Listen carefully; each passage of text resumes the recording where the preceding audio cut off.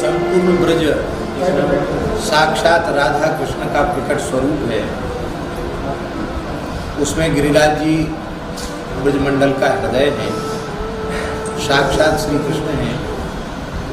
और उसमें भी यह चंद्र सरोवर सारस्वत कल्प की लीला के अनुसार भगवान श्री कृष्ण की महारास स्थली,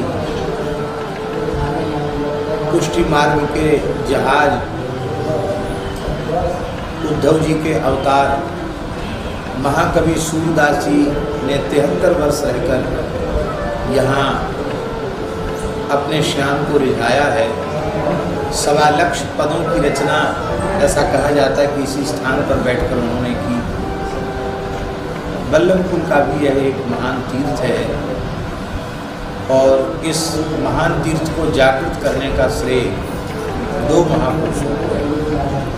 एक पूज्य बाबा श्री ठाकुरदास जी महाराज, पंडित जी महाराज की आज्ञा से वे यहाँ आकर विराजे। और आज जो कुछ दिख रहा है संस्कार ब्रजवासियों में, ये जो कुछ उत्सव भाव भक्ति दिख रही, इसमें बाबा का योगदान है। बाबा यहाँ विराजे, बाबा ब्रजवासियों से प्रेम करते हो, ब्रजवासी बाबा से प्रेम करते। पूज्य सदगुरुदेव श्री गणेश दास जी भक्तमाली जी का भी संबंध यहाँ से, इस गांव से, ब्रजवासियों से बड़ी घनिष्ठता पूर्वक रहा, अंतिम क्षण तक रहा। ब्रजवासियों ने महाराज जी को अपना बाबा माना और महाराज जी ने गांव को अपना गांव माना। पूज्य बाबा ठाकुरदास जी यहाँ विराजते, निरंतर गो चिंतन उनको बना रहता था। एक कसाई एक देसी बछड़ा ले जा रहा था, उस बछड़े को देखकर बाबा को दया आई और बाबा ने किसी व्यक्ति से कहकर कसाई से बछड़ा खरीद लिया गया और उस एक बछड़े को बचाने से यहाँ गौशाला का आरंभ हुआ। फिर पूज्य गुरुदेव श्री गणेश दास जी भक्तमाली जी महाराज की अध्यक्षता में एक समिति का गठन हुआ और यहाँ गौशाला विधिवत आरंभ हुई। अपने समय की सबसे पुरानी गौशाला ये है।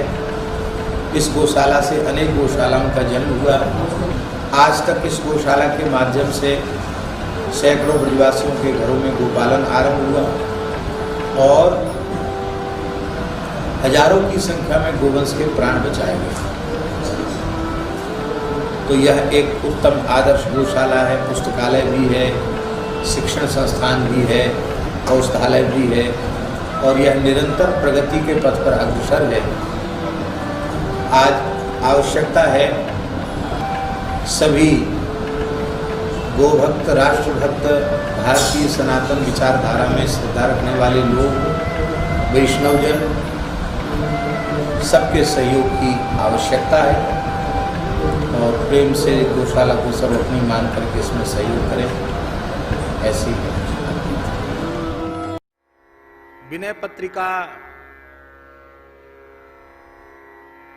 ऐसा अनुपम ग्रंथ है गोस्वामी तुलसीदास जी महाराज का कि इस एकमात्र ग्रंथ का आश्रय कोई साधक ले ले तो साधक जीवन के समस्त प्रश्नों का समाधान हो जाएगा। भगवत प्राप्ति का मार्ग प्रशस्त ही नहीं हो जाएगा, ईमानदारी से यदि विनय पत्रिका का चिंतन करे, उसे अपना जीवन बनावे, तो इसी शरीर से इसी जन्म में निश्चित भगवत साक्षात्कार हो जाएगा। इसमें कोई संदेह नहीं। समर्थ सद्गुरु जो कार्य करते हैं वही कार्य विनय पत्रिका करती है। जैसे अष्टादश पुराणों का सार सर्वस्व फलरूप श्रीमद् भागवत है और भागवत को लिखने के बाद भगवान व्यास पूर्ण संतुष्ट हुए। फिर और कुछ जीवों के कल्याण के लिए लिखने की आवश्यकता नहीं है, अब हमारा प्रयोजन पूर्ण हो गया, ऐसा भगवान व्यास जी ने समझा। ठीक इसी प्रकार से भगवान की प्रेरणा से कलिमल ग्रसित जीवों के ऊपर अत्यंत अनुग्रह करके कलियुग के दोषों से बचने के उपाय के रूप में जीव का परम कल्याण हो जाए, इसी जन्म में भगवत प्राप्ति हो जाए, साधक के अंतःकरण का ज्ञान, वैराग्य, भक्ति तीनों सुदृढ़ हो जाएं, परम परम प्रेम उसे प्राप्त हो जाए, वह कृतकृत्य हो जाए, कृतार्थ हो जाए, इसी प्रयोजन के लिए मानव गोस्वामी जी ने अपनी अंतिम कृति के रूप में इसको प्रकट किया। इसको YouTube पर प्रचारित भी किया जा रहा है, इस प्रसारण भी इसका किया जा रहा है। उसको जो भी देखेंगे उन्हें घर बैठे नित्य सत्संग प्राप्त हो जाएगा। और हम ऐसा अनुभव करते हैं कि उन्हें यह नहीं लगेगा, जितनी देर वे सुनेंगे उनको नहीं लगेगा कि हम वृंदावन से दूर हैं। आप अपने घर में बैठकर यह अनुभव करेंगे कि हम संतों के, गुरुजनों के चरणों में श्रीधाम वृंदावन में ही भावमय स्वरूप से बैठकर श्री विनय पत्रिका के माध्यम से सत्संग। एक देखा फलाहारी, आधी रात मच्छी मारी। वो मछुआरा था, पाखंड करके ऐसे रहता था, रात में जाल गंगा जी में डाल देता था, मछलियां निकाल के धूना में भून के खा लेता था। जैसे कुछ लोग होते हैं ना, दिन भर तो कुछ नहीं खाएंगे पिएंगे, रात को खूब कचरम कूट खाएंगे, ऊट पटांग चीज खाएंगे। क्या करते? बोले हम उपवास कर रहे हैं, व्रत कर रहे हैं।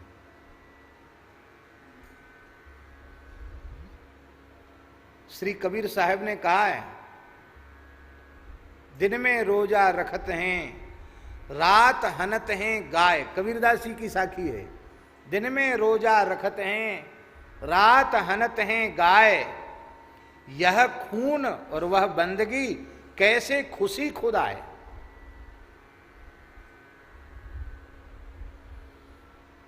तो एक देखा फलाहारी, आधी रात मच्छी मारी। और एक देखा तृणधारी, ले भगा बनिया की नारी। तृणधारी, जटा में तिनका चला गया था। तो एक देखा तृणधारी, ले भगा बनिया की नारी। एक देखा फलाहारी, आधी रात मच्छी मारी। कितना बड़ा गीत है तेरा, बस आखिरी लाइन। एक देखा राजा अंधा,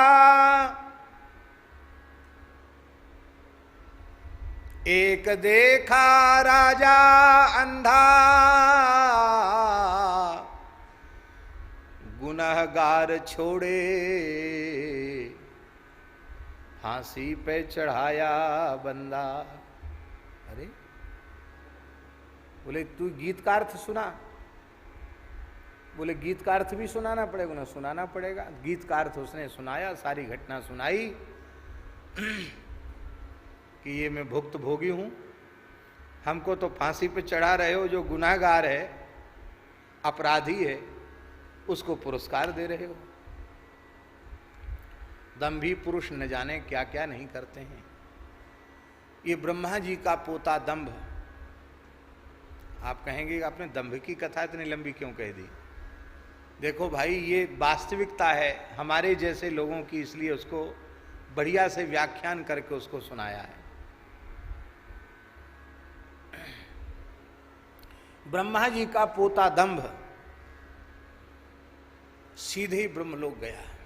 बड़ा दिव्य भेष बनाया उसने, चंद्रमा की किरण के समान शुभ्र दाढ़ी, चमकते हुए सुंदर चांदी के तारों को भी विलज्जित करने वाले चमकते हुए जटापास, जटा मुकुट, ब्रह्म कमंडल, वलकल वस्त्र, कमंडल में जल, मोटक डाल डाल करके, ऊंची खूंटी वाली, ऊंची एड़ी वाली, मूठा वाली खड़ाऊं पहन के खट पट करता हुआ ब्रह्मलोक पहुंचा।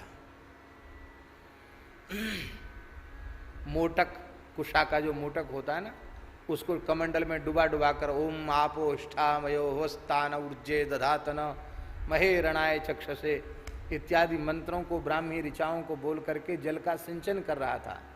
तब पदविन्यास कर रहा था, पैर रख रहा था। ऐसे एक दिव्य स्वरूप को, भव्य महात्मा को देख करके ब्रह्मलोकवासी ऋषि मुनि उठ के खड़े हो गए। ब्रह्मा जी ने भी सोचा शायद कोई विशिष्ट महापुरुष आया। ब्रह्मा जी भी बड़े विनम्र हैं, भगवान के भक्त हैं ना। ब्रह्मा जी भी खड़े हो गए। आइए महाराज, विराजिए। कहाँ बैठे? सब जगह अशुद्ध है। अरे राम राम, ब्रह्मलोक में अशुद्धि? क्या है शुद्धि? मेरे बैठने योग्य स्थान नहीं। ब्रह्मा जी ने कहा मेरी गोद बहुत पवित्र है, सनकादिक खेले हैं, नारद जी खेले हैं इस गोद में, आओ मेरी गोद में बैठ जाओ। हाँ, ये विचार कर सकते हैं। गया, कमंडल का थोड़ा पानी गंगा जी, ब्रह्मा जी की गोद में फैलाया। विचारों की अचला लंगोटी सब गीली हो गई। फिर भी उन्होंने सोचा कोई बात नहीं, गीला कपड़ा सूख जाएगा, इतना बड़ा महात्मा तो गोद में बैठेगा। कुछ नहीं बोले ब्रह्मा जी, सरल भाव से सब सहन कर लिया। और वो जैसी गोद में बैठा तो ब्रह्मा जी सोचने लगे कि ब्रह्मलोक तो सहज पवित्र है, दिव्य लोक है, और ये इतना आचार विचार वाला तो मैंने आज के पहले कभी देखा ही नहीं। आचार विचार तो शास्त्रों में लिखा है, पर इतना आचार विचार ब्रह्मलोक में, तो मृत्युलोक में ये कैसे अपना निर्वाह करते होंगे? ब्रह्मा जी सोच रहे थे। मन में आया कि पूछो तो सही आपका परिचय। ब्रह्मा जी बोले महाशय भगवान आपका परिचय बोलिए मत, बोलने से मुंह से थूक उचटता है और मुझे स्नान करना पड़ेगा, गंगा जी नहाना पड़ेगा, जनेऊ बदलना पड़ेगा। ब्रह्मा जी बोले हे भगवान मेरे थूक से अशुद्ध हो जाएगा, मुंह से थूक उचटता है, विचित्र है, इतना आचार विचार तो कभी देखा नहीं। ध्यान से ब्रह्मा जी ने देखा कि ये कौन है। अरे तू तो हमारा पोता है, तेरे लिए यही उचित है। सब लोगों ने कहा पोता क्या नाम है पितामह इसका? बोले इसका नाम है दंभ। ये दंभ। आसुरी संपत्ति में सबसे पहले भगवान ने गीता में दंभ को लिया। मेरी बड़ी विनम्र प्रार्थना है अपने आप से भी और आप सबसे भी, जीवन में दिखावे को स्थान न दें बिल्कुल भी। आप जैसे हैं वैसे हैं, बनावटीपन की जरूरत क्या है? यदि हमारे मन में यह बात आ रही है कि ये जो धन की प्राप्ति, यश की प्राप्ति, सम्मान की प्राप्ति हमें दंभ के कारण हो रही है, यदि ऐसी बात हमारे चित्त में आ रही है तो हमसे बड़ा मूर्ख और कोई दूसरा नहीं है।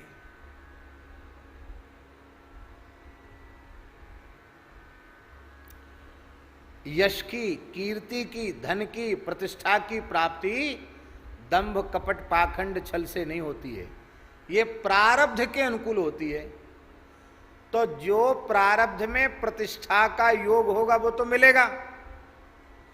आपने दंभ करके अपने आप को कलंकित कर लिया, आपने अपने आप को नीचे गिरा दिया, झूठ बोलकर आप नीचे चले गए। इसलिए दंभ छल कपट पाखंड, इससे हमारा नुकसान ही नुकसान है, इससे हमारा कोई लाभ नहीं है। कहने की आवश्यकता नहीं है। परम श्रद्धे प्रातस्मरणीय परम वीतराग श्री स्वामी राम सुखदास जी महाराज, मान बढ़ाई, पद प्रतिष्ठा, व्यक्ति पूजा, इससे कोसों दूर थे।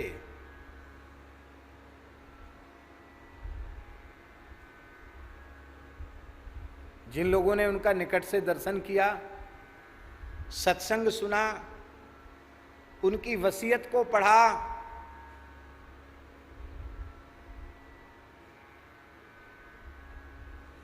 शताब्दियों तक ऐसा उदाहरण खोजने से दूसरा नहीं मिलेगा। ऐसे महात्मा, एक भी चेला बनाया, अलग से कोई संस्था बनाई, कोई मठ मंदिर आश्रम बनाया, फोटो तक नहीं खिंचाया।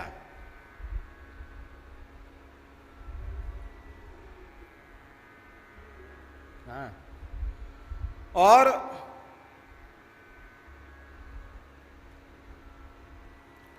जो सत्संग का लाभ उनके द्वारा जीवों को मिला, वो सारे संसार के वक्ता मिलकर उतना लाभ लोगों को नहीं दे सकते जितना लाभ उन अकेले महात्मा के द्वारा असंख्य जीवों को मिला है, उनके साहित्य के द्वारा मिल रहा है। लेकिन हम आपसे पूछते हैं, वे भले ही यश कीर्ति नाम आदि कुछ नहीं चाहते थे, लेकिन वह सब उनको जो मिला वो किसी दूसरे को मिला। आज विश्व स्तर पर जिनका नाम है उनके लिए भी उंगली उठाने वाले लोगों की कमी नहीं है। जो विश्व स्तर पर आज के समय में सर्वोच्च स्थान पर जो प्रतिष्ठित हो रहे हैं, उनके संबंध में भी आक्षेप प्रत्याक्षेप करने वालों की कमी नहीं, यद्यपि नहीं करना चाहिए। क्योंकि गीता जी में भगवान ने कहा, यद्यद विभूति मत सत्वम श्री मधुर्जित में हुआ तत्तदेवावगच्छत्व मम तेजोंसि संभवम। इसलिए अपने से ज्येष्ठ श्रेष्ठ महापुरुषों के बारे में अपने को कोई टीका टिप्पणी नहीं करनी चाहिए। लेकिन फिर भी लोग टीका टिप्पणी करने वाले, उंगली उठाने वाले हैं। पर हम बड़े विनम्र भाव से पूछ रहे हैं, श्रद्धेय स्वामी श्री राम सुखदास जी महाराज के संबंध में पूरी धरती पर मेरे विश्वास के अनुसार कोई ऐसा व्यक्ति नहीं होगा जो उनके पवित्र जीवन चरित्र पर उंगली उठा सके। तो बोलो, दंभ, छल, कपट, पाखंड, मान, बड़ाई, पद, प्रतिष्ठा, राग, द्वेष, ये दोष, इनकी गंध भी उनके जीवन में नहीं थी मेरे अपने विश्वास के अनुसार। लेकिन क्या उनकी जैसी प्रतिष्ठा, उनके जैसा यश, उनकी जैसी कीर्ति, उनके जैसी सहज सबके हृदय में उनके प्रति श्रद्धा क्या कोई दूसरा व्यक्ति प्राप्त कर पाएगा? उनकी नकल कोई दूसरा कर पाएगा?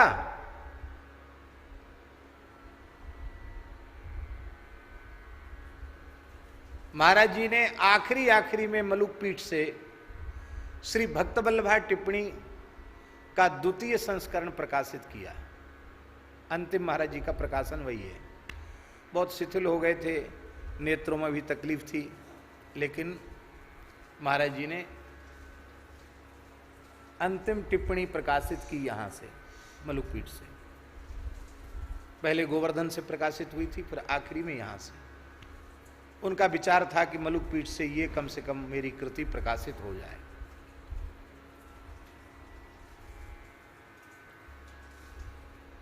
उसमें महाराज जी ने कुछ पंक्तियां उस भक्त वल्लभा टिप्पणी में श्रद्धेय स्वामी राम सुखदास जी के लिए लिखी, पहाड़ी बाबा के लिए भी लिखी और श्री हरिराम बाबा के लिए भी लिखी। तो मैंने जब वो देखा तो मैंने प्रार्थना की महाराज जी से कि महाराज जी, स्वामी जी तो अब उनका नाम कहीं आना चाहिए तो उसके तो मना करते हैं। यद्यपि कोई चरित्र जैसा महाराज जी ने, लेकिन कुछ उनकी महिमा, उनकी कुछ महिमा की बात महाराज जी ने लिखी। तो महाराज जी ने कहा, पंडित जी, लिख कर काटने की विधि नहीं है, हमारे मन में संतोष नहीं हुआ। ये भक्तमाल से संबंधित ग्रंथ छप रहा है, ऐसे महापुरुष के बारे में दो चार वाक्य भी न लिखे जाएं तो हमें लगा कि हमारी पुस्तक अपूर्ण रह जाएगी। इसलिए हमने उनके प्रति कुछ श्रद्धा के भाव व्यक्त किए। छोटा ही सा लिखा है, पढ़ा है आपने? नहीं पढ़ा? टिप्पणी है यहाँ? नहीं है हमारे पास, आपके पास है, यहां से प्रकाशित वाली यदि हो तो लाओ।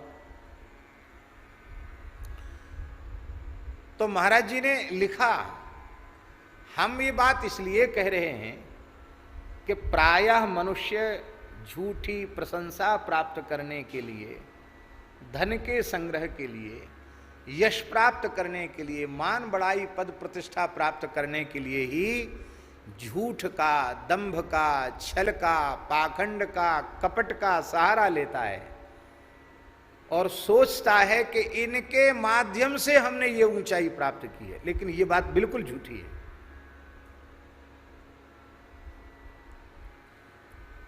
यदि उसके प्रारब्ध में वह धन, वह यश, वह कीर्ति की प्राप्ति नहीं लिखी है, तो लाख छल कपट पाखंड दंभ करते चले जाओ, कुछ मिलने वाला नहीं।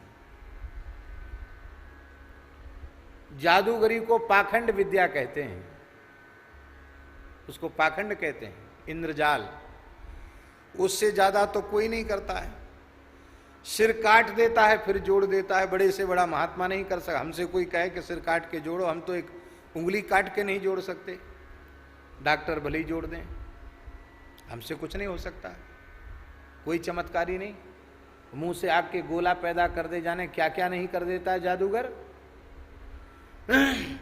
लेकिन इतना सब होने के बाद तमाम जादूगर अब तो कम हो गए, गांव में घूमते थे, शरीर पर फटा कपड़ा है और वही पुरानी सी झंगा झोली टांगे हुए घूमते थे।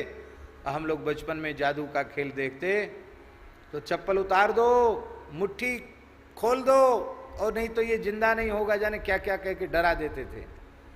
और फिर कहते थे जो जेब में पैसा हो डाल दो, नहीं तो ऐसा हो जाएगा तैसा हो जाएगा। बच्चे तुरंत पैसा डाल के भागते थे वहां से। एक मसान की खोपड़ी लेके रखता था और उस पर पता नहीं ऐसे पानी डालता था तो उससे धुआं निकलता था खोपड़ी से, देख के बच्चे घबरा जाते थे।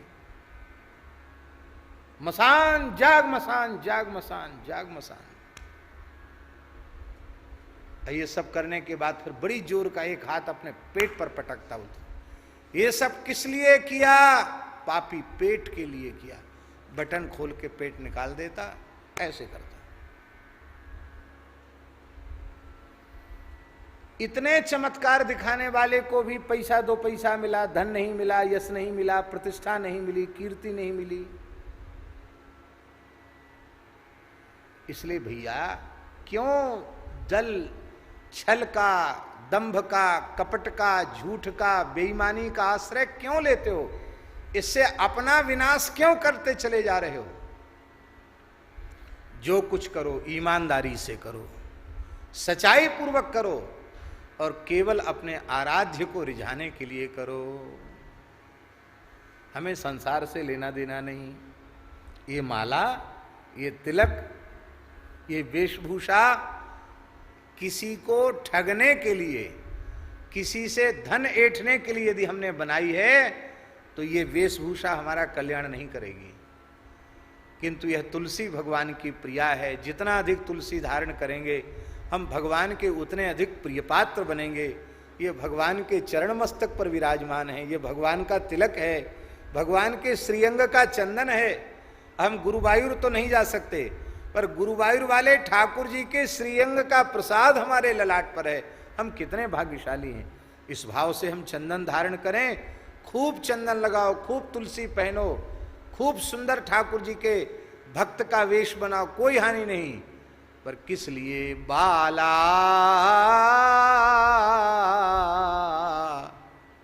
मैं बैरागण होंगी। मीरा जी कह रही है मैं बैरागण होंगी, बाला मैं बैरागण होंगी। किस लिए बैरागण होगी? जेहि भेषा मारो गिरिधर जय, सोई भेष धरूंगी, सोई भेष धरूंगी, बाला मैं बैरागण होंगी, बाला मैं बैरागण होंगी।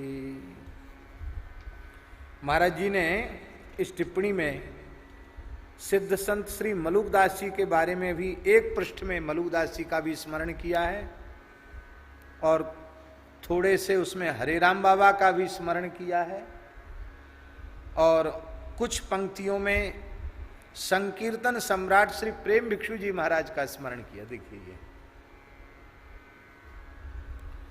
आप बिहार भूमि में अवतरित होकर गुजरात पहुंचे तो आपने श्री राम जय जय राम इस महामंत्र का अति प्रचार प्रसार किया। आपने 7 नगरों में अखंड कीर्तन स्थापित कर दिया, जो कि वर्तमान में भी हो रहा है।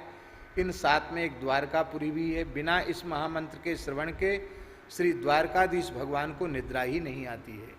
आज भी शयन में इस मंत्र को सुनाकर द्वारकाधीश जी को सुलाया जाता है। जलाराम बापू का भी नाम लिखा है और स्वामी श्री राम सुखदास जी महाराज का नाम लिखा है। बहुत संक्षिप्त लिखा है। आप ऋषिकेश में विराजते थे। आप त्याग वैराग्य की साक्षात मूर्ति थे। आप संपूर्ण जीवन पर्यंत श्रीमद् भगवद गीता का अध्ययन, चिंतन तथा लेखन करते रहे। आपने सहस्रों ग्रंथों को निज लेखों से तथा गीता प्रेस को निज लेखन से परिपूरित कर दिया। अंत में आपने निज देह त्याग के पूर्व में जो वसीयत निज उत्तराधिकारी संबंधी लेखन सामग्री लिखी थी, उसमें एकमात्र त्याग ही त्याग की बातों का लेखन था। वह त्याग 5 भौतिक देह के साथ अग्नि को समर्पित कर दिया गया तथा आपने अनेकों को अपना स्मारक निर्माण कराने पर भी प्रतिबंध लगा दिया। और सिद्ध संत श्री तो इस प्रकार से यह उन्होंने वर्णन किया है। बोलो भक्तवत्सल भगवान की जय। तो हमने ये बात इसलिए कही कि कैसी सहज श्रद्धा आज भी उनके चरणों में सबके प्रति है, सबके मन में है। श्रद्धेय श्री डोंगरे जी महाराज प्रसार प्रचार से, मान बड़ाई प्रतिष्ठा से कोसों दूर रहने वाले महापुरुष थे डोंगरे जी महाराज। लेकिन कितनी बड़ी प्रतिष्ठा उनको भक्तों के मध्य में प्राप्त हुई। तो दंभ पाखंड से प्रतिष्ठा मिलती हो ये नहीं है। आज हमारे पूज्य सदगुरुदेव श्री भक्तमाली जी, जिन लोगों ने उनका दर्शन किया है या जिनने भी भक्तमाल पढ़ा है, जिन्होंने एक बार उनको देख लिया, उनके सामने जैसे ही नाम आता है तो सहज श्रद्धा से उनका मस्तक झुक जाता है। क्या उनके जीवन में दंभ छल कपट पाखंड था? कोसों तक इसकी गंध नहीं थी। दिखावा था, कोई बनावटीपन था? एकदम सहज सरल जीवन था।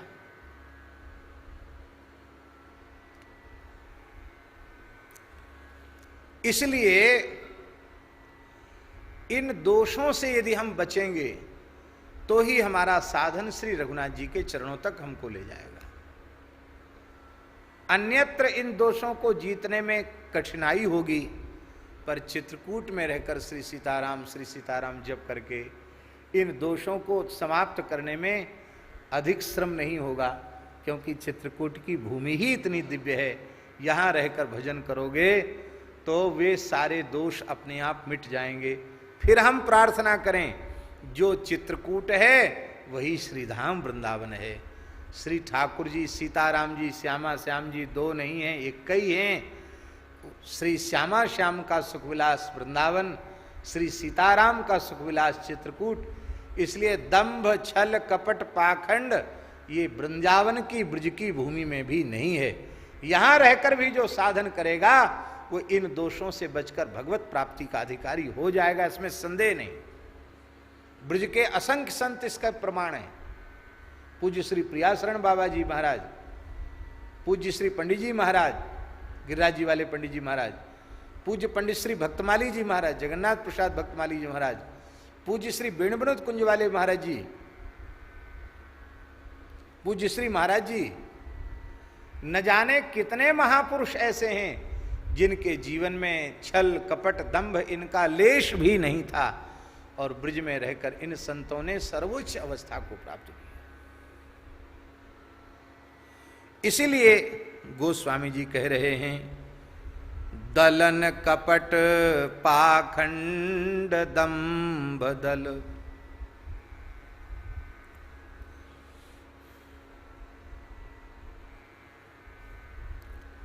कपट किसको कहते हैं?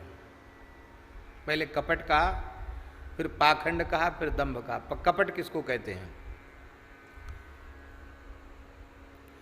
हम अपने किसी प्रयोजन को सिद्ध करना चाहते हैं, अप्रयोजन की सिद्धि में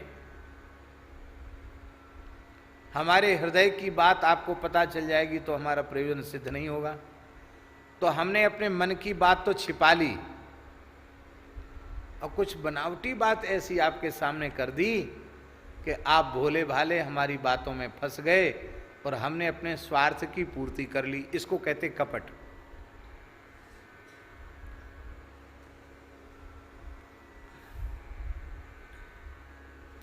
ऊपर से मीठा बोलना और भीतर से एकदम क्रूर संकल्प करना, कठोर संकल्प करना।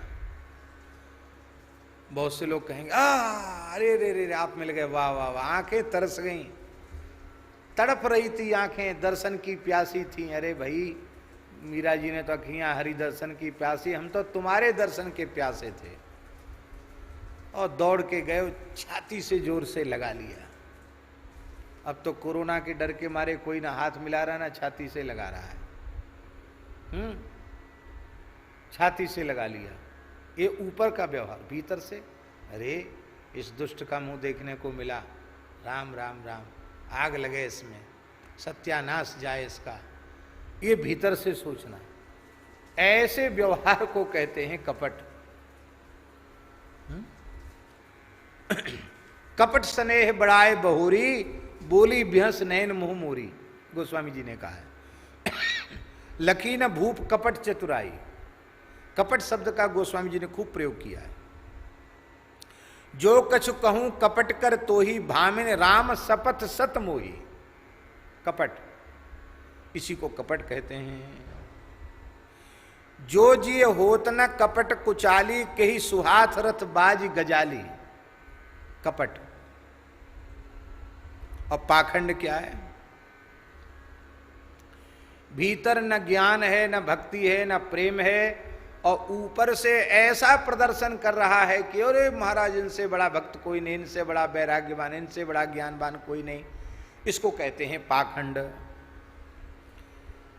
तो ये दूसरों को केवल हम दिखाना चाहते हैं, इसका नाम है पाखंड, जिसको ढोंग ढकोसला भी लोग कहते हैं। और दंभ, अपने आप को श्रेष्ठ प्रमाणित करने के लिए अपनी बुराइयों को छिपाकर और नकली अच्छाइयों का प्रदर्शन करके और दूसरों को ठग लेना, इसका नाम है दंभ। इसलिए दंभ शब्द की व्युत्पत्ति शास्त्रीय व्युत्पत्ति दंभ शब्द की है दभ्यते अनेनेति दंभा। दभ्यते, जिसमें व्यक्ति अपनी वास्तविक वृत्ति का संगोपन करके अवास्तविक वृत्ति को प्रकट करता है, अवास्तविक को ही वास्तविक के रूप में प्रस्तुत करता है, उस वृत्ति का नाम है दंभ। दभ्यते अनेनेति दंभा।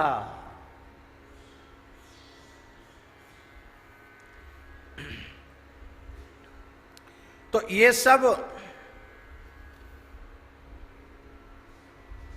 चित्रकूट की धरती में नहीं है।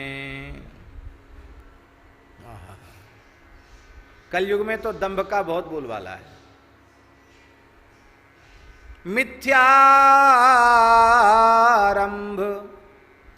दंभ रत जोई, ताकह संत कहे सब कोई। ये कलयुग का है। सोई सयान जो परधनहारी, जो कर दंभ सुबड़ आचारी।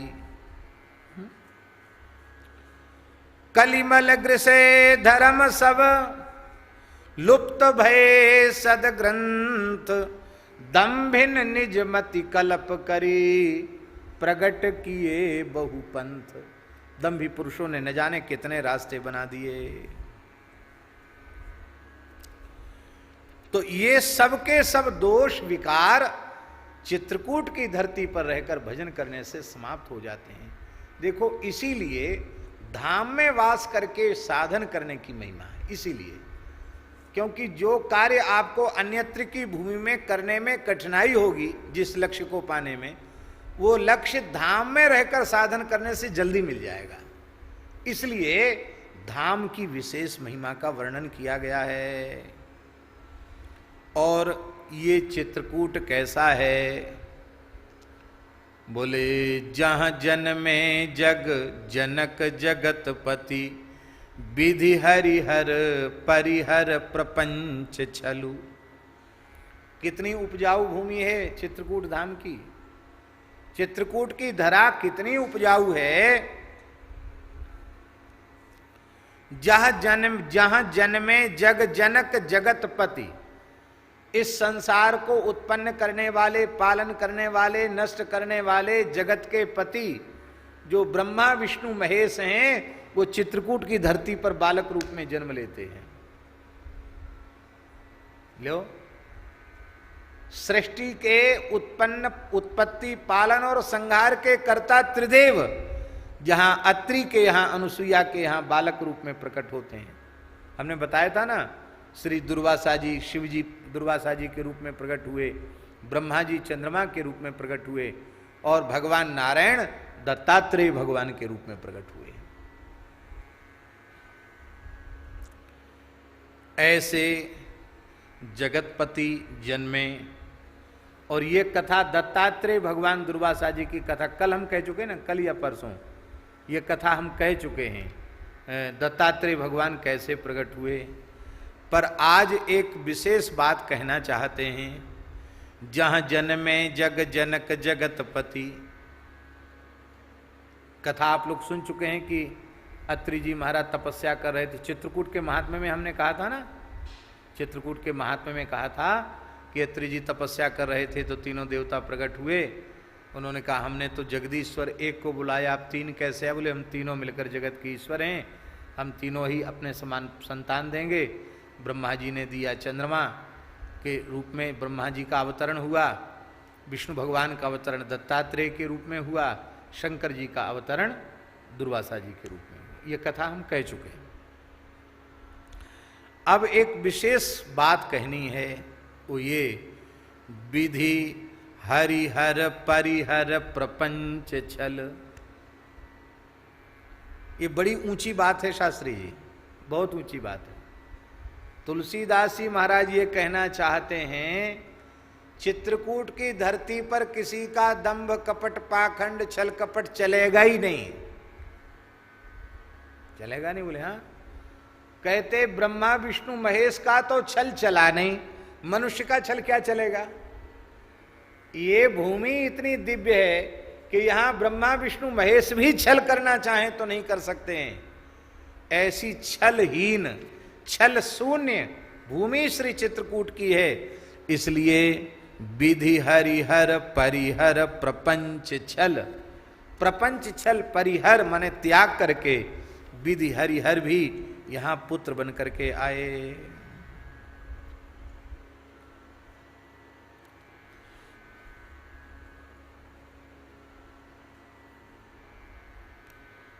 देखो,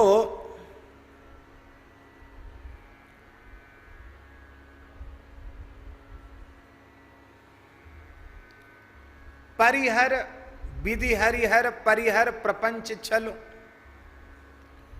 इसका मतलब है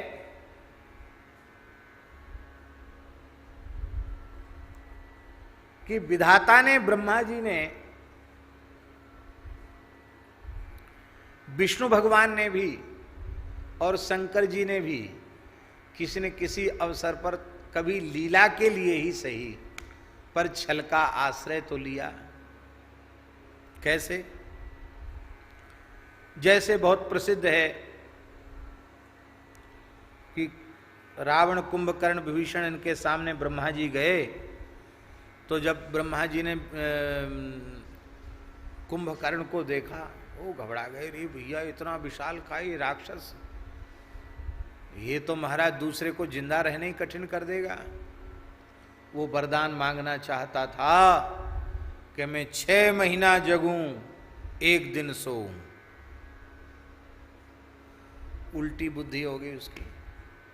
तो ये छल का ही आश्रय तो लिया ब्रह्मा जी ने, माया का छल का आश्रय लिया। सरस्वती ने बुद्धि फेर दी और वो बोला मैं 6 महीना सोऊं 1 दिन जगूं। बोले एव मस्तु। बोले महाराज उल्टा हो गया। बोले अब उल्टा सीधा हम नहीं जानते, अभी मस्तु हो गया, अब जो है सो उसको भोगो। तो ब्रह्मा जी ने भी छल किया कि नहीं किया? जालंधर का वध शंकर जी ने किया, पर वृंदा के पातिव्रत के कारण जालंधर का वध शंकर जी नहीं कर पा रहे थे। तो वृंदा के पातिव्रत को भंग किया विष्णु भगवान ने जालंधर का रूप धारण करके। तो छल किया कि नहीं किया? उन्होंने भी छल किया। अरे भगवान ने दैत्यों को मोहनी वेश धारण करके चला, देवताओं को अमृत पिलाया, दैत्यों को वंचित कर दिया। तो भगवान का छल प्रसिद्ध है। तो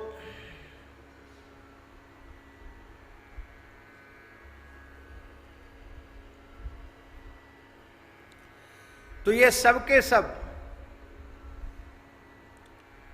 किन्हीं किन्हीं प्रसंगों में छल कर देते हैं। आप लोग कहेंगे शंकर जी का छल क्या है? शंकर जी पहले तो वरदान दे देते हैं असुरों को, जो मांगो सो एव मस्तु। फिर जब उनका उपद्रव बहुत ज्यादा बढ़ जाता है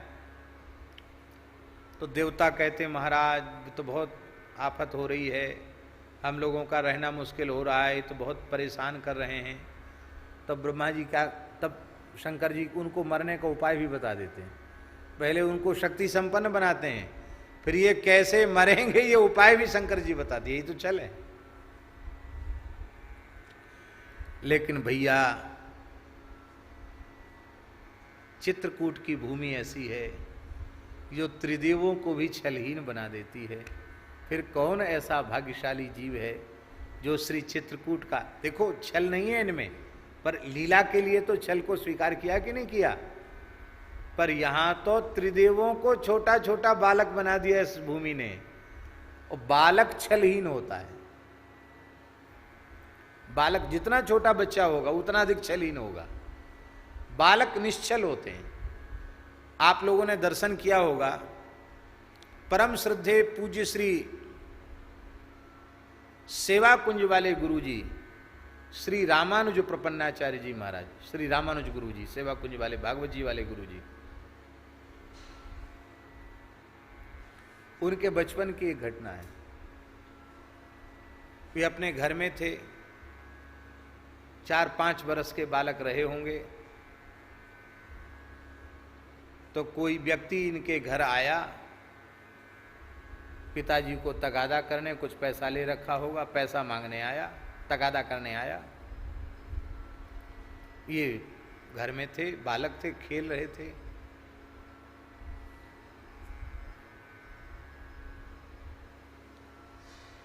व्यक्ति आकर वहां बैठ गया घर में, और ये खेल रहे थे। खेलते खेलते पिताजी के पास चले गए। पिताजी ने कहा कि वो जो बाहर आदमी बैठा है ना, तुम जाओगे तो वो पूछेगा तुमसे कि पिताजी हैं, कह देना घर पे नहीं है, बोल देना। बोले ठीक।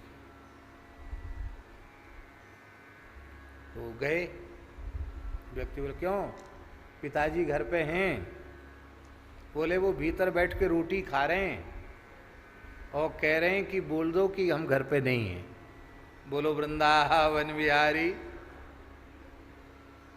क्या कहा बालक ने? गुरुजी ने क्या कहा कि वो भीतर बैठकर रोटी खा रहे हैं और बोल रहे हैं कि कह दो कि वे घर पे नहीं हैं।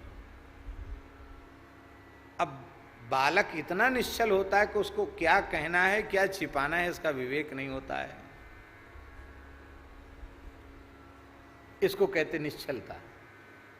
तो ब्रह्मा विष्णु महेश को पालने में झूलने वाला बालक बना दिया गया जिस चित्रकूट की धरती पर, अर्थात इतना छोटा बच्चा बना दिया कि वो छल कर ही नहीं सकते।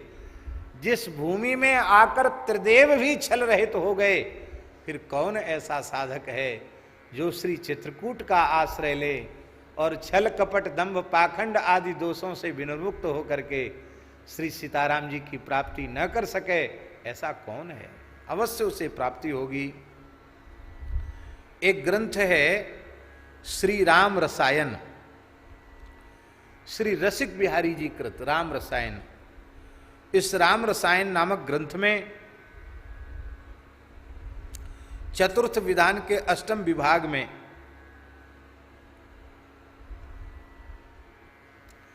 बहुत सुंदर प्रसंग लिखा है। वहां लिखा है कि पंचवटी की ओर से जब भगवान श्री राम आगे चित्रकूट से भगवान श्री राम पंचवटी की ओर जब प्रस्थान करना चाहते थे तो सबसे पहले भगवान महर्षि अत्रि के आश्रम में गए और वहां अत्रि के आश्रम में जब पहुंचे तो अत्रि आश्रम में रहने वाले ऋषि मुनियों ने कहा, हे श्री जनक राजनंदिनी श्री सीते, आप धन्य हैं, क्योंकि जिनके पातिव्रत धर्म से विधि हरिहर भी भय खाते हैं, ऐसी महासती अनुसुईया का दर्शन करने का आपको सौभाग्य मिला है, इसलिए हे सीते आप धन्य हो। ये अत्रि आश्रम के ऋषि मुनि कह रहे हैं। यह सुनकर के राम जी भी बड़े उत्सुक हुए, जानकी जी भी बड़ी उत्सुक हुई और अपने प्रियतम को उत्सुक देख करके, यद्यपि भगवान तो सहज सर्वज्ञ हैं, श्री जानकी जी ने विनम्र भाव से ऋषियों का वंदन करते हुए कहा कि आप लोगों के वचनों में हमें तनिक भी अविश्वास नहीं है, पर हम यह चरित्र सुनना चाहते हैं कि ब्रह्मा जी, विष्णु भगवान, शंकर जी भी इनके पातिव्रत से कैसे भय खाते हैं। आपने कहा त्रिदेव भी इनके पातिव्रत से डरते हैं, ऐसी ये दिव्य पतिव्रता हैं, तो आप इनका चरित्र सुनाइए। तब राम रसायन ग्रंथ में इसका बड़ा सुंदर वर्णन किया गया है।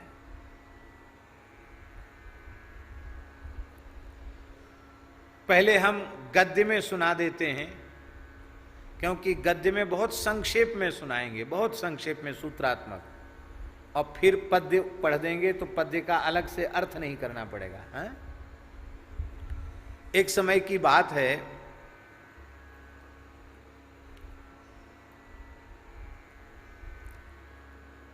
उमा, रमा और ब्रह्माणी, ये तीनों देवियां गंगा जी में स्नान कर रही थी। अपने वस्त्र आभूषण इनको अलग करके, कुछ कम से कम वस्त्र शरीर पर थे, स्नान आदि में कपड़े निकाल दिए जाते हैं, अतिरिक्त आभूषण भी निकाल दिए जाते हैं, वो निकाल करके स्नान कर रही थी।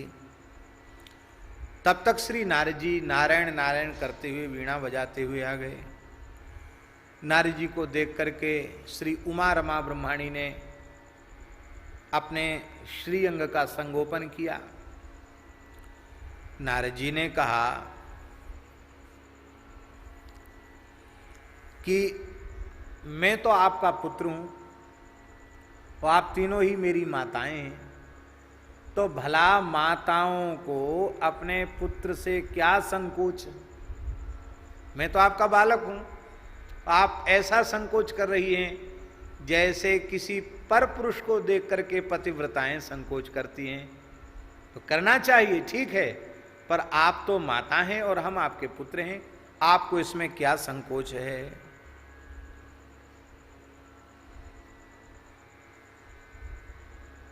आप तो महासती अनुसुईया की नकल कर रही हैं,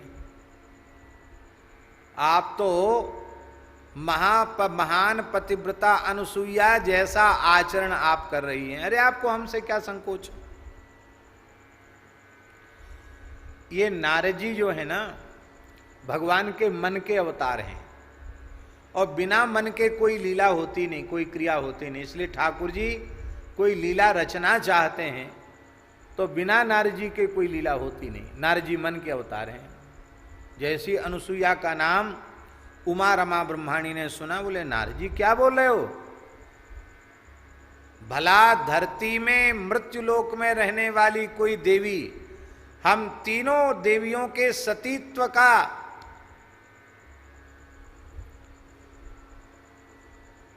अनुकरण कैसे, बराबरी कैसे कर सकती है? और तुम उल्टी बात कह रहे हो कि तुम महासती अनुसुईया बनना चाहती हो, धरती पर रहने वाली कोई स्त्री इतनी बड़ी पतिव्रता? बोले हाँ, आपको बुरा तो जरूर लगा होगा, लेकिन वस्तुतः महासती अनुसुईया ऐसी ही महान पतिव्रता है। नारद जी तो चले गए बीणा बजाते, राम राम गाते हुए, हरिगुण गाते हुए, और तीनों देवियां अपने अपने लोक को आईं। वो आकर के उन्होंने मान लीला की। मान लीला जानते हैं ना, रूस गईं, ब्रह्माणी रूस गईं, लक्ष्मी जी रूस गईं, रुद्राणी रूस गईं। तीनों देवता ने कहा देवियों, हंसते खेलते गंगा नहाने गई थी और वहां से मुंह बना के लौटी हो, क्यों रूस गई हो?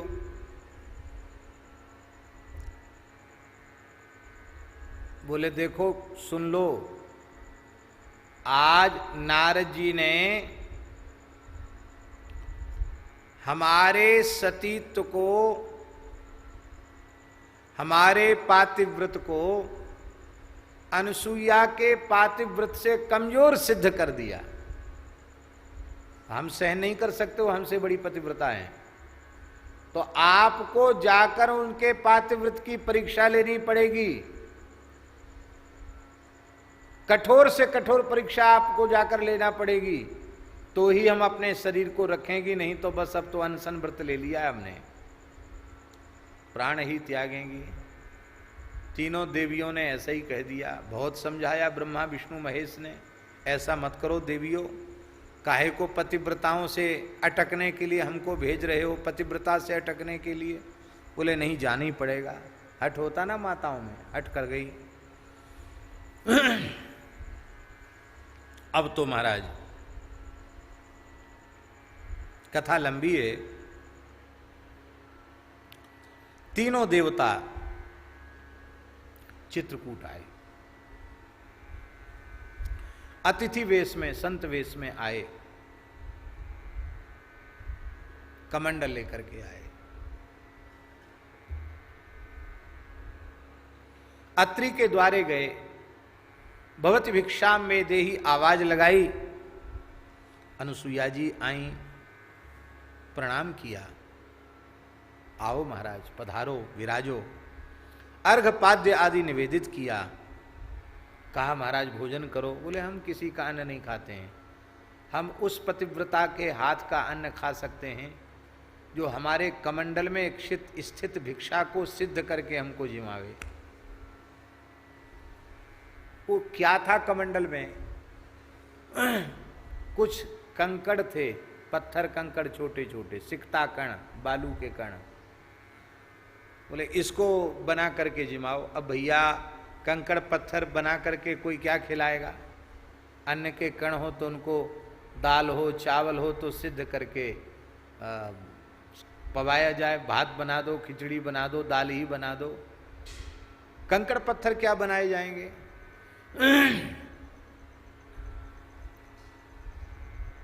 समझ गई महासती अनुसुईया कि ये सामान्य संत वेश में, भिक्षुक वेश में ये आए हुए तीनों सामान्य नहीं है।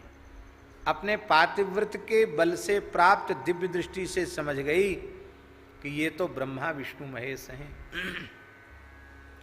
वो समझ गई और उन्होंने कहा कि ठीक है, आप भूखे यहाँ से न जाएं, हम इसी को सिद्ध करके आपको पक्व भोजन करावेंगी। अरे भाई, ये तो महान पतिव्रता है, ये तो कंकड़ पत्थर को भी अन्न के रूप में सिद्ध करके खिला देगी। तब तीनों देवताओं ने प्रश्न पत्र को और कठोर कर दिया। बोले एक शर्त और है, भिक्षा तो हम लेंगे, इन्हीं सिकता कणों को अन्न के रूप में बनाकर हमको खिलाओ तो लेंगे, पर वो अन्न बिना आग और बिना पानी के सिद्ध होना चाहिए। अब आप ही सोचो, बिना पानी और बिना आग अग्नि के रसोई सिद्ध हो सकती है क्या?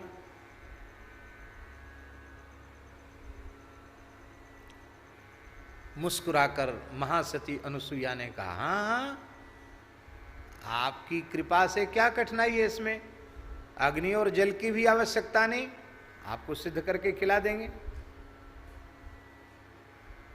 तब त्रिदेवों ने अपना प्रश्न पत्र और कठोर कर दिया। बोले एक शर्त और है, बना करके तो तैयार करोगी पर तुम्हें अपने हाथ से खिलाना पड़ेगा।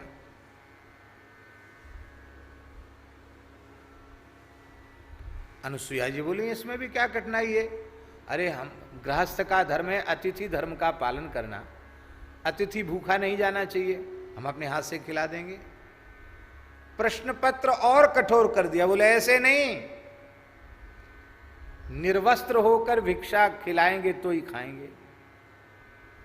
अब लंबे चौड़े जटा जूट वाले तीन महात्मा और कोई पतिव्रता नग्न होकर कैसे अपने हाथ से खिलावे। महासती अनुसुईया तो जानती थी कि परीक्षा लेने आए हैं तो परीक्षा तो देनी ही है, उत्तीर्ण होना है परीक्षा में। उन्होंने कहा हाँ हाँ, हम निर्वस्त्र होकर भी खिला देंगे। अब देखो बात ये थी कि यदि कोई भी पतिव्रता पुरुषों के सामने निर्वस्त्र होकर आती है तो उसका धर्म नष्ट हो गया, पर अपने धर्म की रक्षा करते हुए अपने पति के धर्म की रक्षा करेंगे, क्योंकि गृहस्थ पुरुष के द्वार से अतिथि निराश होकर के भूखा प्यासा लौट जाए तो उस गृहस्थ का सारे धर्म का लोप हो जाता है। तो मैं अपने पति के धर्म की रक्षा करते हुए अपने पातिव्रत की रक्षा भी करूंगी, ऐसा संकल्प महासती अनुसुईया ने किया। और क्या किया, तुरंत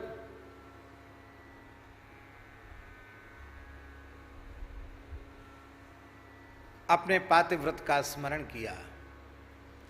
यदि मैंने मन वाणी क्रिया से पूर्ण पातिव्रत धर्म का पालन किया हो, भगवान अत्रि को छोड़कर हमारी वृत्ति स्वप्न में भी किसी भी पुरुष मात्र के प्रति न गई हो, तो मेरे सतीत्व के बल से ये तीनों बालक इतने छोटे बालक बन जाएं कि इनके सामने हमें वस्त्रहीन होने में हमारे धर्म का लोप न हो।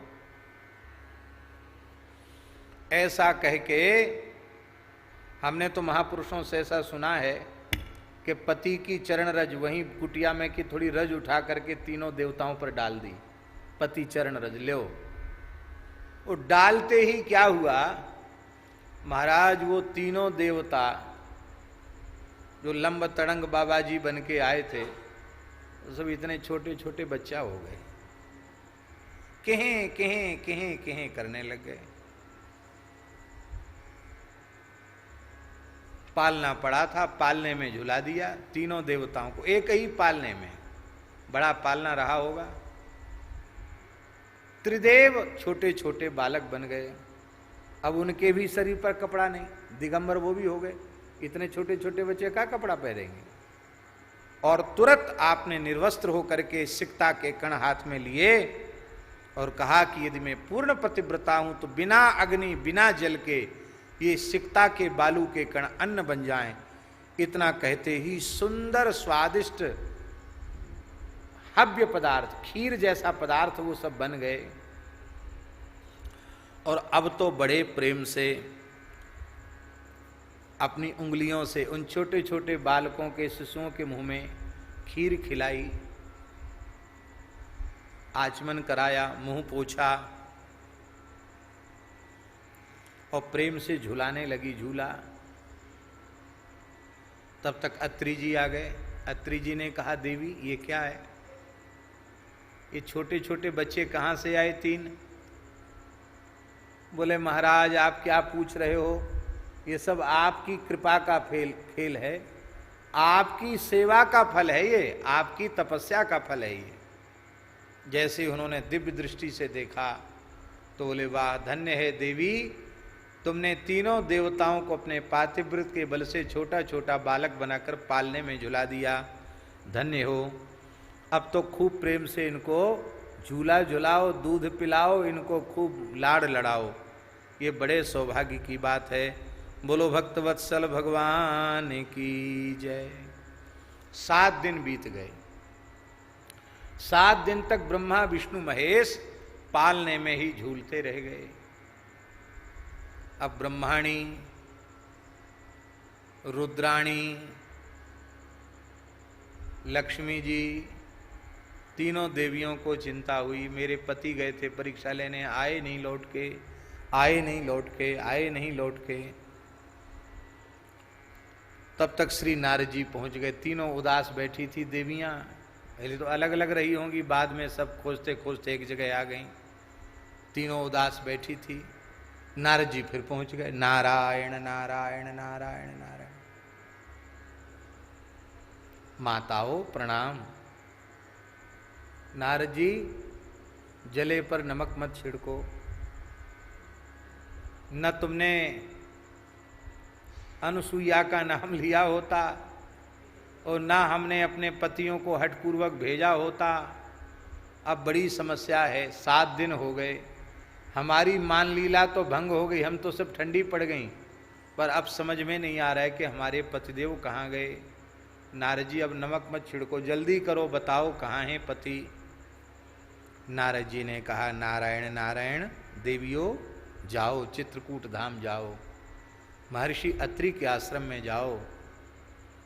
अब तुम अनुसुईया जी को प्रणाम करना। क्यों? क्योंकि तुम्हारे पतियों को उन्होंने छोटे छोटे बालक के रूप में बना दिया। सारी कथा नारद जी ने सुनाई और कहा इस तरह से वे बालक बने हुए पालने में झूल रहे हैं।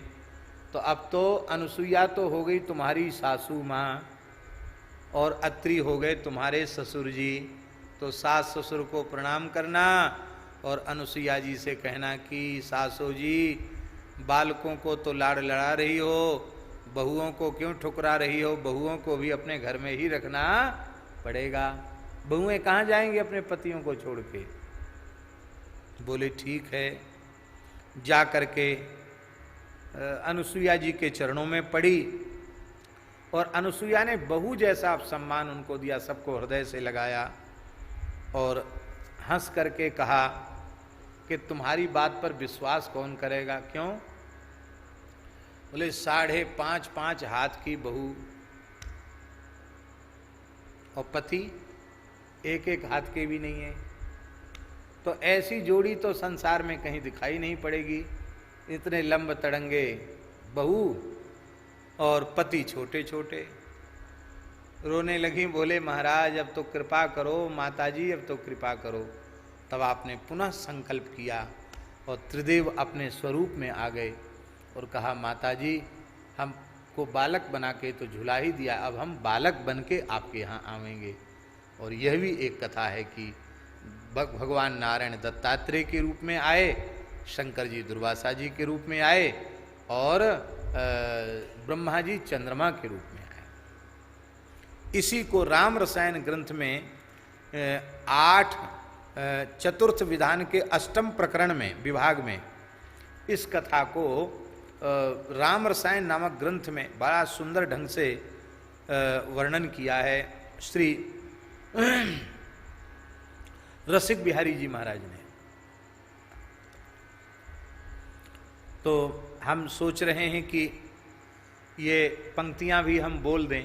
कथा तो हमने सुना दी है, अब पंक्तियों का अर्थ करने की तो जरूरत है नहीं, कथा आपने सबने सुन ली है, हम पंक्तियों का उच्चारण कर रहे हैं। एक समय मिली उमा रमा, अरुधात्री तीनहु नारी, लखी रहस्य सुंदर रहस्य सुर गंग तीर थल, भूषण बसन उतारी। मज्जन करत हुती तह प्रमुदित, ताछिन नारद आए। तिनहि बिलो की लजाय अधिक त्यों, तिय निज अंग छिपाए। सो बिलो की मुनि ऋष करी बोले, क्यों तुम मोहि न जानी। भई चाहत हो जनु अनुसुईया, समपति बरता जानी। यों कही गमन कियो ऋषि ते, पुनियो त्यों ठहराई। पतिव्रत भंग अतिथि को जिमि, होय सुरचिय उपाई।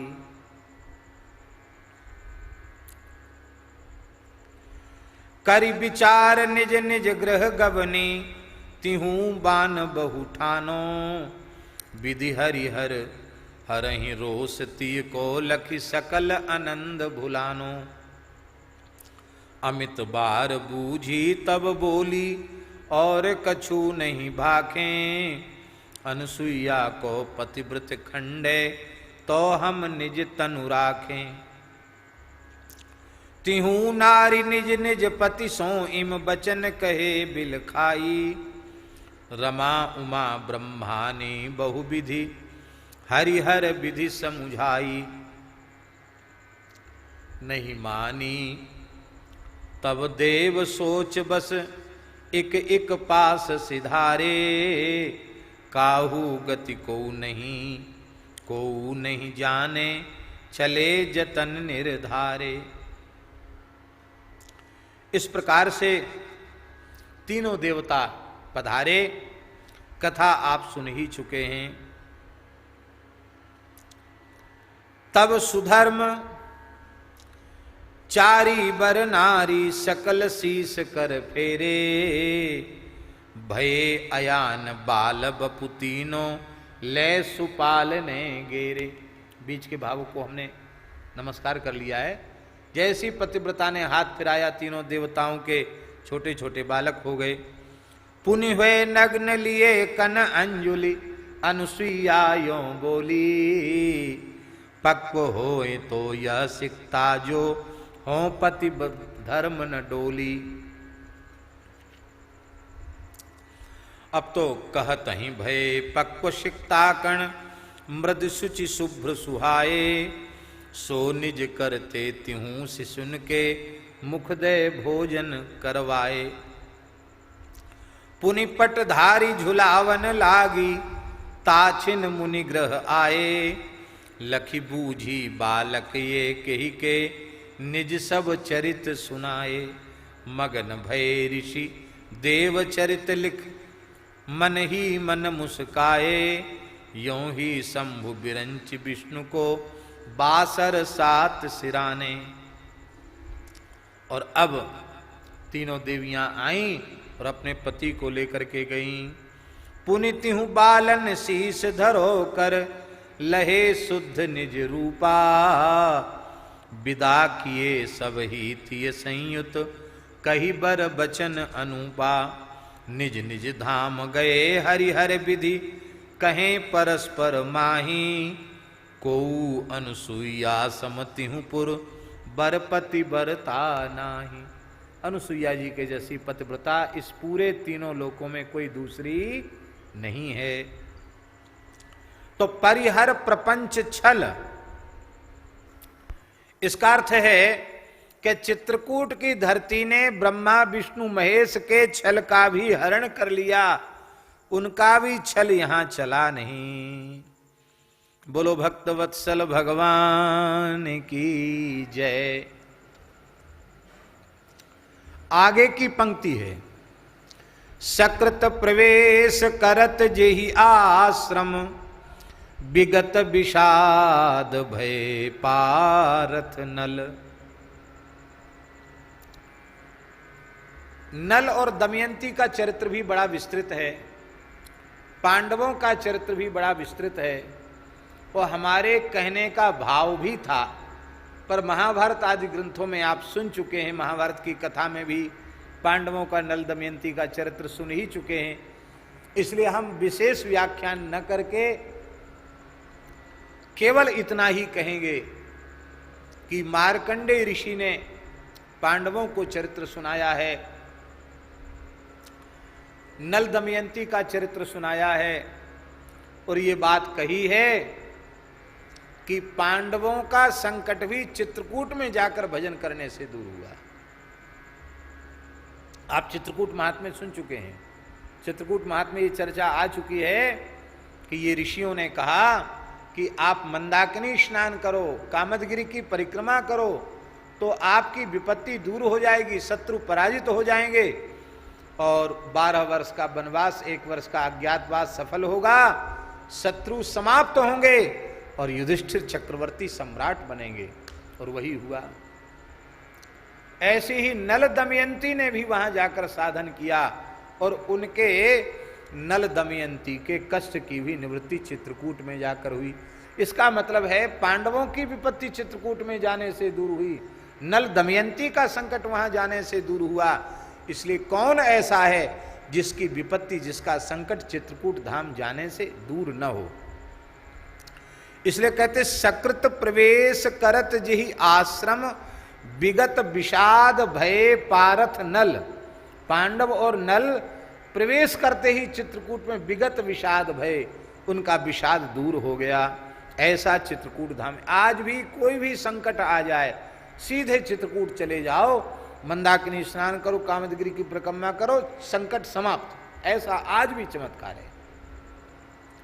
विश्वास पूर्वक, श्रद्धा पूर्वक।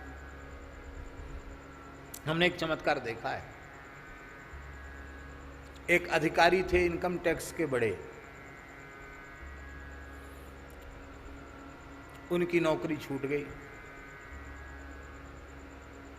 नौकरी से क्या कहते हैं उसको,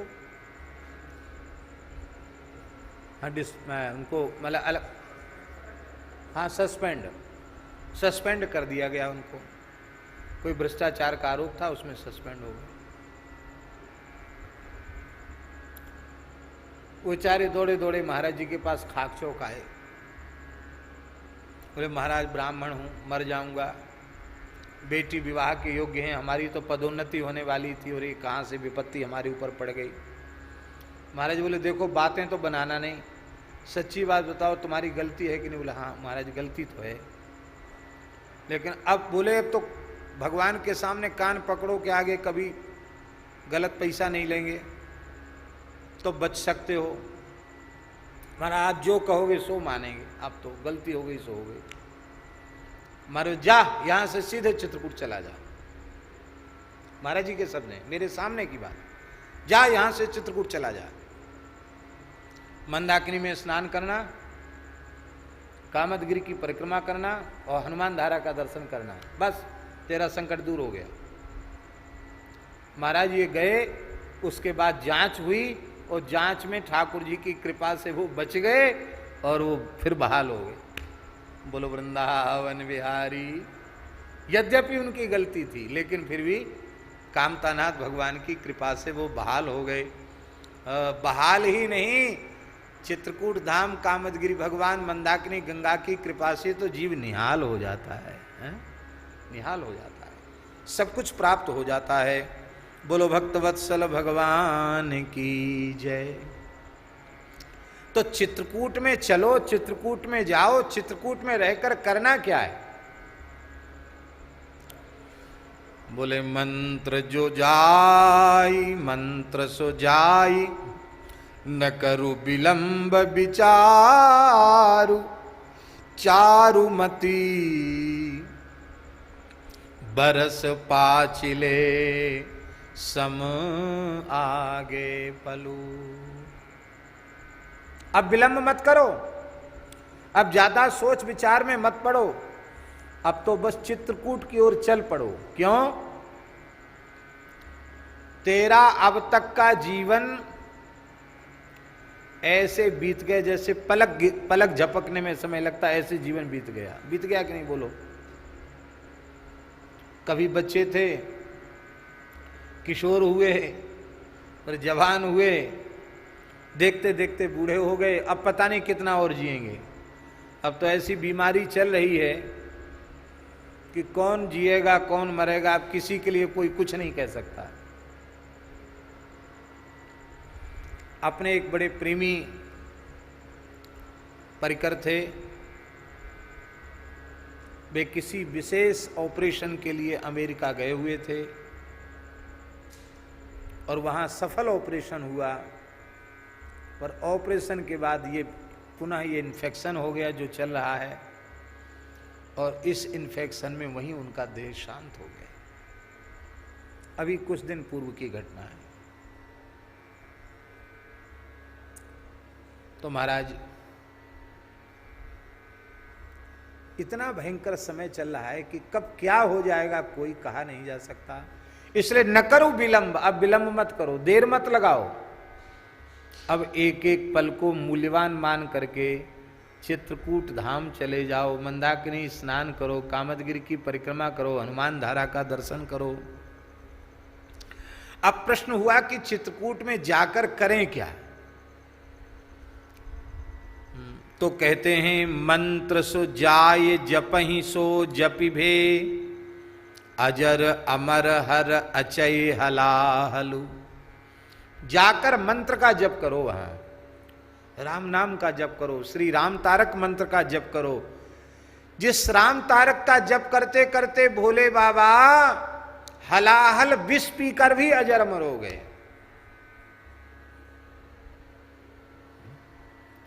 नाम प्रभाव जान शिवनी को, कालकूट फल दीन अमी को।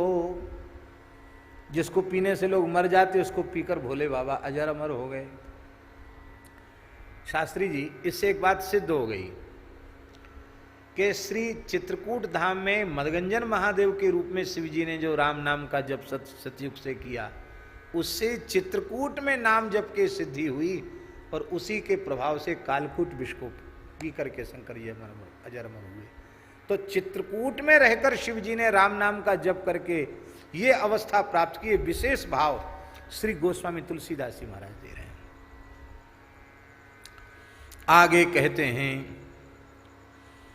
कि राम नाम जप जाग करत नित, वहां रह करके राम नाम रूपी जप यज्ञ करो। क्योंकि गीता में भगवान ने कहा यज्ञानाम जप यज्ञोस्मि, मैं यज्ञों में जप यज्ञ हूं। राम नाम का जप करो। और मज्जत पय पावन पीवत जलु, मंदाकिनी में स्नान करो, पयस्विनी में स्नान करो और पवित्र जल का पान करो। पय पावन पीवत जलु, पय पावन करते है कि एक तो पयस्विनी का स्नान और पयस्विनी का जल, एक तो अर्थ ये है। दूसरा भाव यह है कि मंदाकिनी पयस्विनी जल नहीं है, ये पय ही है, मातृ दुग्ध के समान है। मंदाकिनी जी का जल पियो, पयस्विनी जी का जल पियो, ये जल नहीं है, ये तो दूध ही है। इसको पी करके भजन करो। पयस्विनी की तो धारा इस समय दर्शन नहीं होता, लुप्त हो गई है। हाँ, वर्षा में आती है, लेकिन भूमि में अंतर्ग्रह में जल है उसका। ब्रह्मकुंड से निकली है पयस्विनी, ब्रह्मवेदी से। और अपने ठाकुर जी की जो भूमि है वो क्षेत्र पयस्विनी का ही क्षेत्र है। वहां से जो मार्ग गया है वो पयस्विनी का ही मार्ग है। इसलिए आज भी वहां बोरिंग में जो जल निकलता है वो पयस्विनी का ही जल निकलता है। बोलो भक्तवत्सल भगवान की जय। तो राम नाम रूपी जप यज्ञ करो, मंदाकिनी पयस्विनी में स्नान करो, इसी का जल दूध मान करके पियो। ऐसा करके भजन करने, इसका मतलब ये मत सोचना कि वहां रोटी वोटी नहीं खाना है भैया। जिसको जैसा हो सके, जितना जिस पे सज सके, बन सके, वैसे ही शरीर ठीक रहे और भजन भी बनता रहे, ऐसे ही भजन करना चाहिए। राम नाम जप जाग करत नित, मज्जत पय पावन पीवत जलु। करिहे राम भाव तो मन को, सुख साधन अनयास महाफलु। राम जी तेरे मनोरथ को पूर्ण करेंगे और सहज ही तुझे महाफल की प्राप्ति। ये महाफल क्या है? पुरुषार्थ चतुष्टय ही महाफल नहीं है, इस पुरुषार्थ चतुष्टय का भी फल है विशुद्ध भगवद अनुराग प्राप्त हो जाना। तो विशुद्ध भगवान का प्रेम रूपी पंचम पुरुषार्थ जो प्रेम है वो महाफल मिल जाएगा। क्योंकि अरे चित्त कामद मनि कामता कल्प तरु, ये कामदगिरी भगवान चिंतामणि है, जो चाहोगे सो मिल जाएगा। यही कल्प वृक्ष हैं क्योंकि अभी चित्रकूट का वर्णन वृक्ष के रूप में किया। ये चित्रकूट की प्रत्येक शिला चिंतामणि है, चित्रकूट का प्रत्येक वृक्ष कल्प वृक्ष है। एक अर्थ ये हुआ, आप जो चाहोगे सो मिल जाएगा। सो जुग जुग जागत जगती तलु, युगों युगों तक चित्रकूट चिंतामणि और चित्रकूट कल्पतरु की महिमा जुग जुगांतर कल्प कल्पांतर तक जागती रहेगी। अर्थात चाहे जितना भयंकर कलिकाल आ जाए, चित्रकूट धाम की महिमा, कामदगिरि भगवान की महिमा, मंदाकिनी गंगा की महिमा, मदगंजन महादेव की महिमा, चित्रकूट के एक एक क्षेत्र की एक एक तीर्थाधिष्ठात्री देवता की महिमा किसी काल में, किसी युग में, किसी समय में कम नहीं होगी। जुग जुग जागत जगती तलु। तुलसीदास जी कहते हैं, तुलसी तो ही विशेष बूझिए, एक प्रतीति ए प्रीति एक बलु। तुलसीदास, तुझे तो और कुछ भी नहीं चाहिए, बस हम तो हे कामदगिरि भगवान, हे चित्रकूट धाम, हम तो एक ही अभिलाषा रखते हैं कि नाम रूप लीला और धाम की महिमा में, संतों की महिमा में आप कृपा पूर्वक हमें विश्वास प्रदान कीजिए।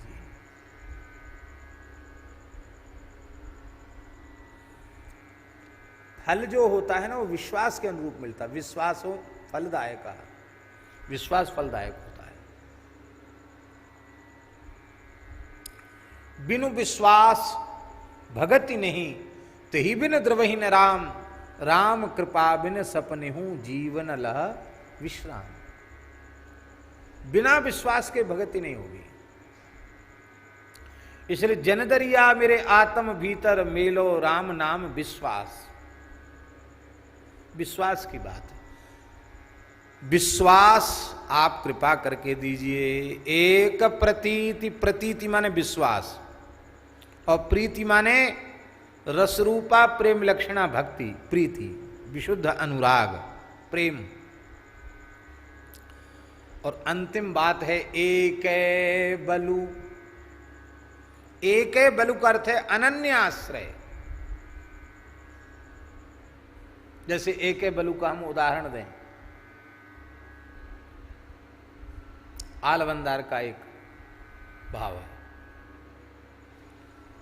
न धर्मनिष्ठोऽस्मि न चात्मवेदी, न भक्तिमास्त्वच्चरणारविन्दे, अकिंचनो नन्यगतिः शरण्यं, त्वत्पादमूलं शरणं प्रपद्ये।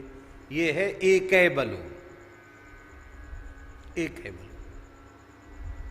हे प्रभु, मैं धर्मनिष्ठ नहीं हूं, तो ज्ञाननिष्ठ हो? बोले नहीं। आत्मनिष्ठ, आत्मवेदी भी नहीं हूं। भक्त हो? आपके चरणों में मेरी भक्ति भी नहीं है। फिर क्या हो? बोले अकिंचन। हमारे जीवन में आपके अतिरिक्त अपना कहलाने के लिए कुछ भी नहीं है। और अनन्य गति ही, आपके चरणों को छोड़कर हमारी दूसरी गति नहीं है। इसलिए त्वत्पाद मूलम शरणम प्रपद्ये। हे प्रभु, हे कामदगिरि भगवान, हे चित्रकूट धाम, हे मंदाकिनी गंगा, वही आप विश्वास, प्रेम और परम बल, समर्पण का जो बल है, वो आप कृपा करके हमें प्रदान कीजिए। बोलो भक्तवत्सल भगवान की जय। ये हमने थोड़ा खींचतान के पूरा किया। हमारा मन था कि हम नल दमयंती की भी कुछ चर्चा करें, पांडवों की भी कुछ चर्चा करें, और कैसे राम नाम जप यज्ञ की भी कोई बात कहें। ये सब बातें हम कहना चाहते थे, लेकिन हमारे मन में एक लोभ आ गया, वो ये कि आज यदि इसको पूरा नहीं करेंगे तो कल से मंगलवार है और कल से हनुमान जी का प्रकरण शुरू होगा। तो अभी अभी थोड़ी देर पहले मन में आया कि कल से मंगलवार है तो क्यों ना कल से हम लोग हनुमान जी का स्मरण हैं 10-11 पदों में स्मरण किया है हनुमान जी का। हाँ, लंबा प्रकरण है हनुमान जी का, छोटा मोटा प्रकरण नहीं है। तो हनुमान जी का हम लोग स्मरण करेंगे। 11-12 पद हैं शायद हनुमान जी के, देखो अभी देख के बता देते तुरंत, भ्रम नहीं रहना चाहिए। 1 2 3 4 5 6 7 8 9 10 11 12 पद हैं। तो हनुमान जी के 12 नाम हैं, 12 स्वरूप हैं और 12 हनुमान जी के विग्रहों की स्थापना काशी में तुलसीदास जी महाराज ने 12 महावीर विराजमान किए। तो लगता है 12 महावीरों की स्तुति है, संकट मोचन से लेकर सबकी स्तुति है। तो इस तरह से 12 पद शंकर जी के लिए लिखे, 12 ज्योतिर्लिंग, और 12 पद हनुमान जी के लिए लिखे, और बड़ा अद्भुत लिखा है। तो देखो ठाकुर जी से प्रार्थना करते हैं कि कल से हनुमान जी का हम लोग स्मरण करेंगे और करते करते फिर जहाँ तक हनुमान जी ले जाएंगे वहाँ तक हम लोग स्मरण करेंगे। जय जय श्री सीताराम, श्री राम जय राम, जय जय राम श्री राम। सीताराम जय सीताराम,